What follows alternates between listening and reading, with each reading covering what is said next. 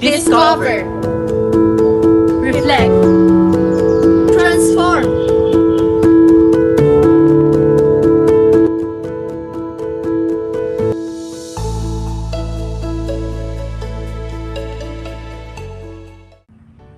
Activity 6 focuses on the grading system and DepEd School forms.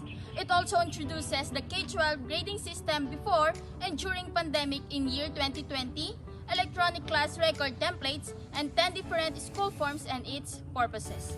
SF1 is the school register or the master list of the class enrollment. SF2 is for the recording of attendance or tardiness of the learners.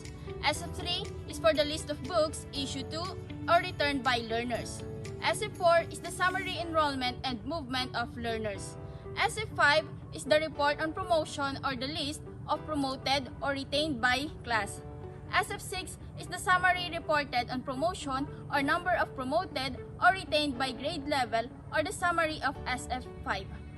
SF7 is the inventory of school personnel. SF8 is the learner basic health and nutrition profile. And SF9 is for the individual academic, behavioral, and attendance report by quarter or formerly Form 138. And lastly, SF10 is the learner's permanent academic record or the individual academic record by quarter or school year, or it is the simplified and standardized form from former 137. In this activity, we will learn how to accomplish these school forms. And this activity 6 aligned with Domain 5 Assessment and Reporting.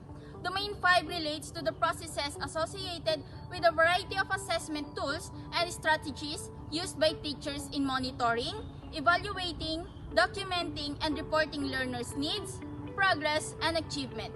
Throughout the school year, all teachers are required to turn in their reports. Most information pertaining to schools and students is included in these reports, including information from documents like class records. As a result, the Department of Education or DepEd formally released these school forms to assist teachers in compiling data during the school year. Since school forms are where students' records can be viewed, they are essential for both school and the learners. For record keeping and future use, every aspect of the student's educational background that is important to their education has been documented. One of the crucial tasks completed at the end of the school year is preparing and reviewing school forms to verify the accuracy and consistency of learners' information. School forms were also made to adhere to these references. DepEd Order No. 3, Series of 2018. Basic Education Enrollment Policy. DepEd Order No. 58, Series of 2017. Adoption of new school forms for kindergarten, senior high school, alternative learning system, health and nutrition, and standardization of permanent records. DepEd Order No. 54, Series of 2016. Guidelines on the request and transfer of learners' school records. DepEd Order No. 36, Series of 2016. Policy Guidelines on Awards and Recognition for the K-12 Basic Education Program. DepEd Order No. 8, Series of 2015. Policy Guidelines on Classroom Assessment for the K-12 Basic Education Program. DepEd Order No. 4, Series of 2014. Adoption of the modified school forms for public elementary and secondary schools effective end of school year 2013 to 2014. There are 10 school forms and each of them has a purpose.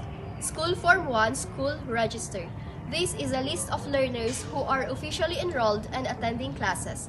This school form should provide detailed information per learner of the summary data being reported to BEE-EGE or Enhanced Basic Education Information System. This is prepared by the class advisors and this is done every beginning of the school year or as needed. School Form 2, Learners' Daily Class Attendance. This is the recording of attendance, absence, or tardiness of the learners. The completion of School Form 2 is an essential component in monitoring a learner's progress so that those who are identified as being at risk of dropping out can receive urgent intervention or other action. This is prepared by the class advisors and should be done daily. School Form 3, Books Issued and Returned. The distribution and retrieval of learning modules or books can be monitored using this form. The title of the book must be replaced with an appropriate reference code or the title of the module being used or distributed when utilizing this form for the recording and monitoring of modules or books. School Form 4, Summary, Enrollment, and Movement of Learners. This form is used to manage student flow and school demographics by keeping track of enrollment numbers, students who have transferred in or out, and drop out by grade level. This school form is prepared and accomplished by the school head. School Form 5, Report on Promotion. List of promoted or retained by class. This report provides a record of academic development by listing which students were either retained or promoted per class. This school form is prepared by the class advisors. SF6, Summary Report on Promotion.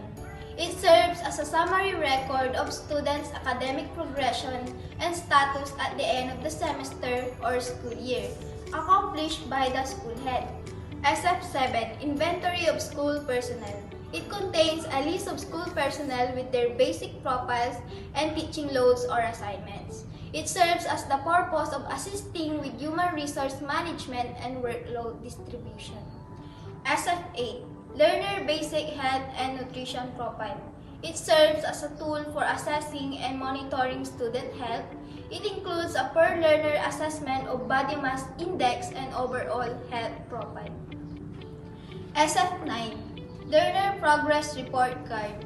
It is an essential document that provides individual academic, behavioral, and attendance report for each student by quarter.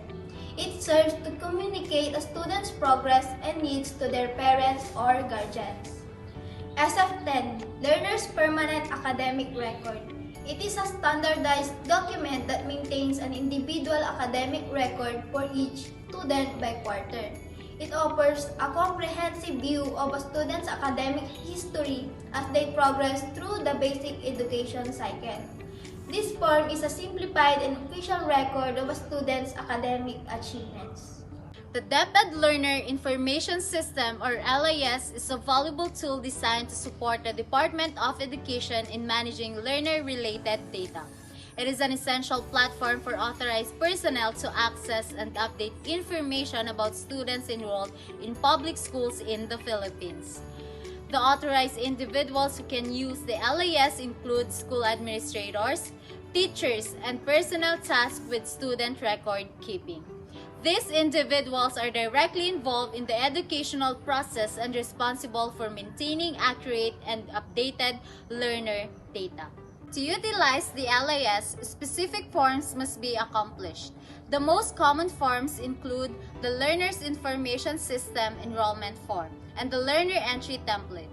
The LIS-NF is used to gather basic learner information such as name, date of birth, address, and contact details. This form is typically filled out by parents or guardians during the student's enrollment process. Once we have obtained information regarding the sources of DepEd forms, we shall proceed to explore School Forms 1 to 10 and the requisite data that must be provided. To commence our discussion, let us start with E-Class Record.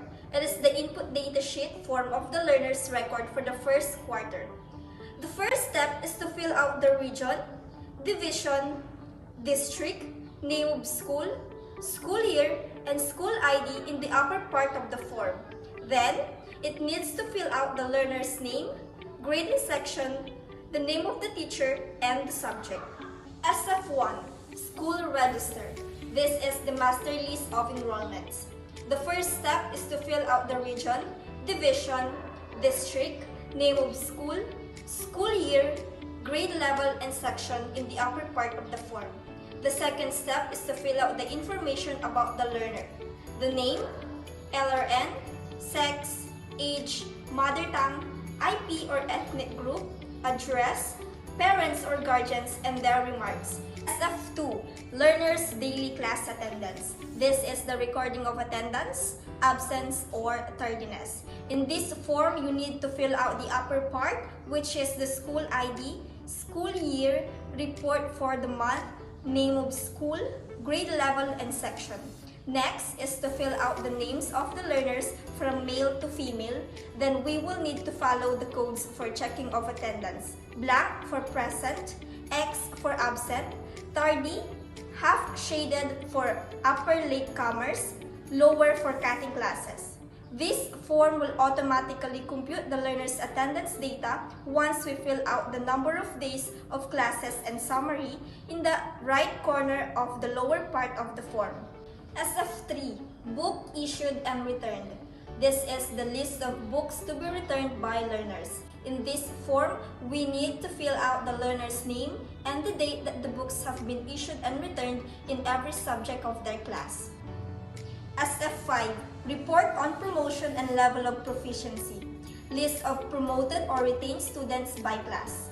The information you need to fill out in this form is the learner's name, LRN, general average, action taken, promoted, irregular or retained, and incomplete subjects.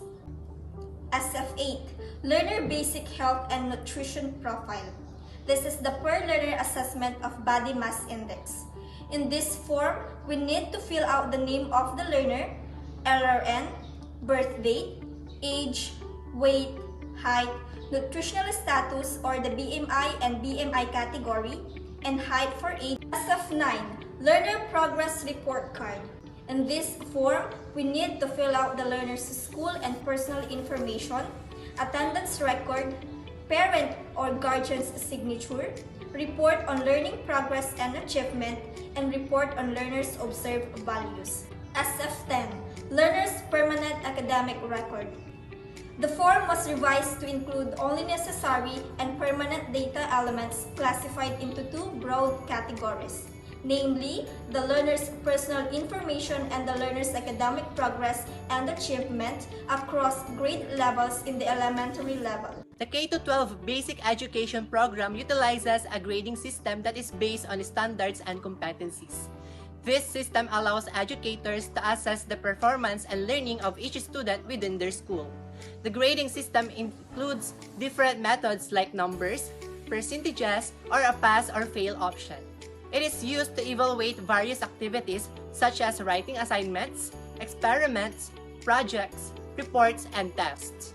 In the Department of Education or DepEd, the determination of grades is based on the weighted raw scores obtained from student summative assessments. These assessments consist of three components. First, the written works, performance tasks, and lastly, the quarterly assessments. How are grades computed quarterly and at the end of the school year? Based on the DepEd Order No. 8, Series of 2015 titled Policy Guidelines on Classroom Assessment for the K-12 Basic Education Program, the weight distribution of the summative assessment components per learning area for elementary grades 1 to 6 are as follows. Here are the following steps in computing learners' quarterly grade. First, get the total score for each component. Second, divide the total raw score by the highest possible score, then multiply the quotient by 100%. Third, convert percentage scores to weighted scores. Multiply the percentage score by the weight of the component. Fourth, add the weighted scores of each component. The result will be the initial grade. And lastly, transmute the initial grade using the transmutation table.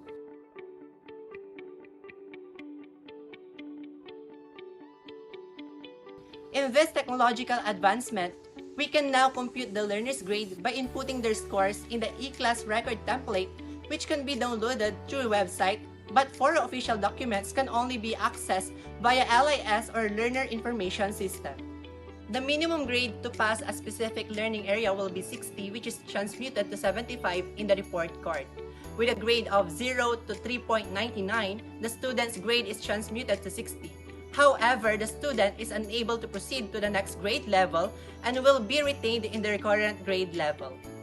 As a future teachers, it is important to note that utilizing a systematic approach to compute grades can offer numerous advantages. By employing a standardized set of criteria for our students and minimizing the impact of personal biases, it fosters a sense of equity and impartiality. Furthermore, the implementation of this approach enhances transparency within the educational system. Thus, the grading process becomes more predictable and clearer for both the students and teachers alike. Based on our collective experience with this activity, it has been observed that completing SF2 tends to be the simplest task, primarily because it typically involves a straightforward data entry related to daily attendance. SF2, also referred to as a STEAM Daily Attendance Report, is widely recognized as a straightforward and uncomplicated school document to diligently fill out. We collaboratively constructed a response. It was unanimously determined that SF10 poses the greatest level of complexity for us to accomplish. This is due to the extensive amount of data that necessitates careful entry. In the future, as educators, we will implement a system to standardize the permanent records of students in elementary schools. Furthermore, it is imperative that the certification is obtained once the student has successfully completed grade 6 and is eligible for advancement to junior high school. As a future teachers, we recognize the crucial importance of understanding and being well prepared for the details of DepEd School forms. These forms serve as a vital tools for tracking student progress, assessing the effectiveness of teaching methods, and ensuring accountability in the education system. To effectively use them, we must invest time in mastering the requirements, guidelines, and data entry processes. This preparation not only ensures accurate documentation, but also enables us to focus on the primary goal of providing quality education, knowing that we are contributing to a comprehensive and transparent educational system that benefits both students and stakeholders. PPST Domain 5 Assessment and Reporting serves as a valuable framework for guiding teachers in their assessment practices. It reminds us the multifaceted role assessments play in the teaching and learning process and underscores the importance of ethical, data-informed, and student-centered assessment practices in our teaching journey.